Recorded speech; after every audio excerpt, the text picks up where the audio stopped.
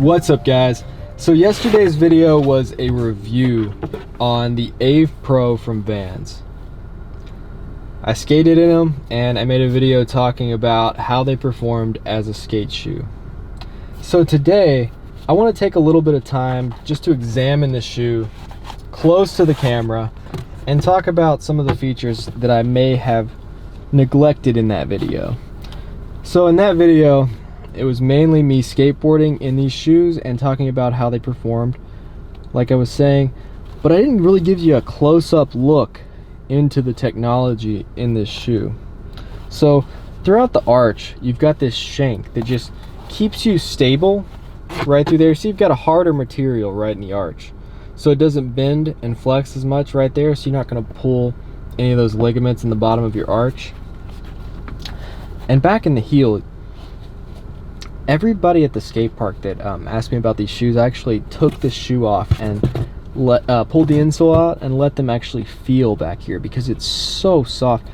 Throughout the entire heel, there's a lot of cushion for impact support. It feels a lot like the normal VANS insoles with the Pro VANS, but you can tell that it's a little more dense and that it would absorb more impact than the regular insole. Now the insole in these is definitely a lot thinner than most of the VANS insoles that you'll see, like in a Kyle Walker Pro or any of those shoes. It's definitely thinned out because they did put a lot more impact protection in the heel. Also, this is a fairly thin, flexible shoe.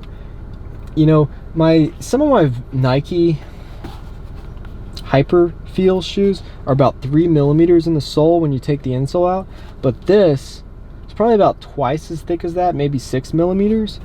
But the insole is so much thinner and there's so much more impact protection right here that it kind of feels like the same as some of those shoes if you put some footprint insoles in those shoes.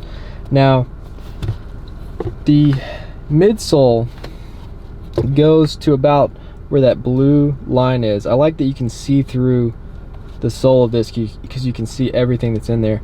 So you're sitting in there and you're cupped, your heel is cupped by this vulcanized style sole that wraps around there, so it feels really snug. Your heel's not going to move around.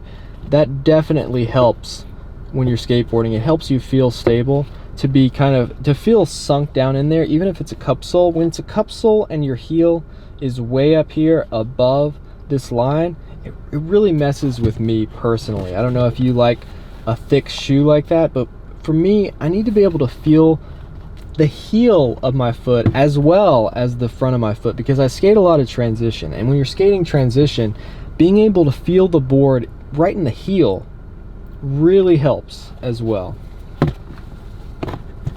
So I double knotted these because one of the problems I was having is these laces are kind of slick. They feel like some kind of nylon or polyester, and they were coming apart.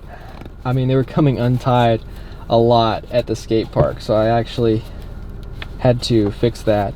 So this, I don't know if you can see in there, you've got a sock liner so that the tongue doesn't move around, and you know, that always helps because it's always uncomfortable if your tongue is way over here. You know, you don't have as much padding on the top of your foot if your board hits you in the top of your foot when your tongue is moving all around the shoe.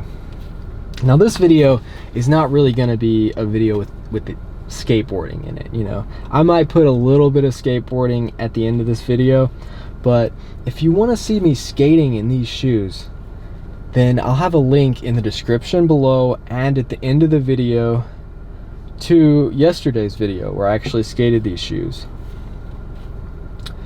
Also, you know, you could just click on the little icon of me skateboarding on like 4 boards or whatever it is right now, and it'll take you to the channel. Go to the video right underneath this video and check that out, because I felt like I really skated pretty well in these shoes. I think actually the entire video is the first day I was skating in these shoes, but I've skated in them several days since then, and right off the bat, this shoe has performed so well.